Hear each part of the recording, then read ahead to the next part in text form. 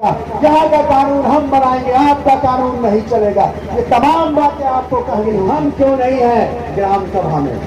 अगर आप विधानसभा के सदस्य हैं तो हम ग्राम सभा के सदस्य हैं। अगर आपको अधिकार है वहां पर कानून बनाने का तो हमको भी अधिकार है अपने गांव में अपनी चीजों के लिए कानून बनाने का। खड़ा होने जा रहा है देश में, उसके लिए तैयार होइए। मैडम आपको आह्वान करेंगी। हम आपसे आपके हक और अधिकार की बात करने आए हैं। यह देश जब आजाद हुआ तो आजादी के वक्त जो हमारे नेता थे महात्मा गांधी, सरदार वल्लभ भाई पटेल, डॉक्टर भीमराव अंबेडकर, सावित्रीबाई फुले, ऐसे तमाम नेताओं ने तय किया था कि जब यह देश आजाद होगा तो इस देश में जनतंत्र होगा और इस जनतंत्र में आपकी आवाज सुनी जाएगी, आपकी भी हिस्सेदारी होगी, आपकी भी भागीदारी होगी। और इसके लिए एक व्यवस्था बनाई थी। उस व्यवस्था का नाम पंचायती राज व्यवस्था था। लेकिन दुर्भाग्य की बात है कि आजादी के इतने वर्षों के बाद भी आज पंचायती राज व्यवस्था लाचार और बीमार है। राजीव गांधी के अथक प्रयास के बाद 73वें और 74वें संशोधन से संविधान संशोधन से पंचायतों को संवैधानिक अधिकार मिले। पंचायतों में चुनाव है लेकिन पंचायत प्रतिनिधियों को अधिकार नहीं है। हमारे स्वतंत्रता सेनानियों ने तय किया था कि इस देश में 3 तरह की व्यवस्था होगी, लोकसभा, विधानसभा और ग्राम सभा। लोकसभा दिल्ली में होगी जो पूरे देश के स्तर के जो मसले हैं उस पर वो निर्णय लेगी, उन चीजों को वो देखेगी। और जो विधानसभा है वो हर राज्य के मुख्यालय में होगा, रांची में होगा, और उसमें विधानसभा के सदस्य होंगे और उसके सदस्य इस राज्य से जुड़ी हुई चीजों का बात करेंगे। और जो ग्राम सभा होगी उसके सदस्य आप लोग होंगे और ग्राम सभा के लोग अपने गांव के डेवलपमेंट की बात, अपने गांव के विकास की बात को वो तय करेंगे। आपके गांव में क्या जरूरत है यह आप तय करेंगे।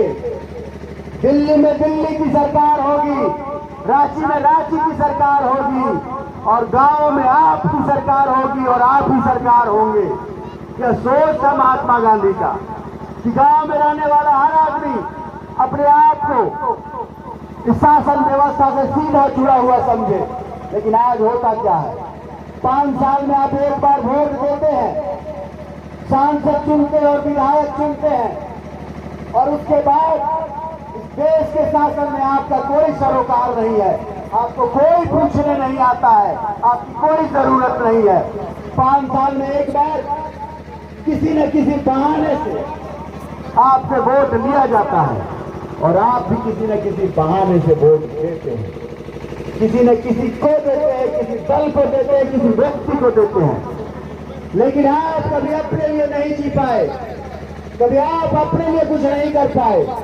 वो वक्त है, ये ग्राम स्वराज यात्रा आपके लिए आया है और ये कहने हम आए हैं जब अपने लिए सोचिए, अपने लिए जिए और अपने अधिकारों के लिए लड़िए।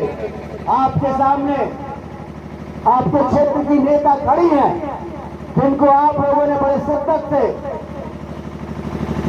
जिला परिषद का सदस्य बनाया है। इनसे पूछिएगा कि कितनी परेशानी है इनको काम करने में। कहने को ये जिला परिषद की सदस्य है, आप तमाम लोगों की जनप्रतिनिधि हैं, लेकिन सरकारों ने इनके हाथ बांध रखे हैं, इनकी जुबानें सिल दी गई हैं। ना ये अपने से कुछ बोल सकती है, ना अपने हाथों से कुछ कर सकती है। सारा का सारा दिशा निर्देश राज्य की सरकारें और केंद्र की सरकारें इनको देती हैं। अगर ये चाहती भी है आपके लिए कुछ करना तो नहीं कर पाती है और ये तब तक नहीं कर सकती है।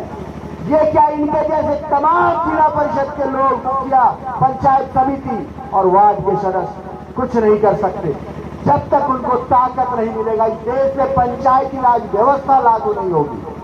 पंचायती राज व्यवस्था में 29 विभाग के अधिकार इनको दिए गए, लेकिन राज्य की सरकारें ये ताकत इनको नहीं देना चाहती है। और जब तक अधिकारी आपसे नहीं डरेगा, इनसे नहीं डरेगा, तो आपके मन का काम नहीं करेगा, आपको कोई मदद नहीं करेगा। ये समय आ गया है कि अपने हक को आपको लेना है, अपने हक और अधिकार के लिए लड़ना है। पूरे देश में एक आंदोलन खड़ा हो रहा है।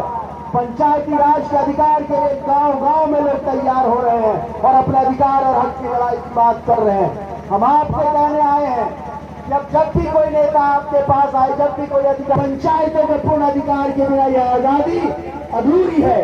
आप पूर्ण रूप से आज भी आजाद नहीं है और तब तक आजाद नहीं होंगे जब तक पंचायतों को पूर्ण अधिकार नहीं मिलेगा, तब तक इस देश में ग्राम स्वराज नहीं आ सकता जो महात्मा गांधी ने देखा था।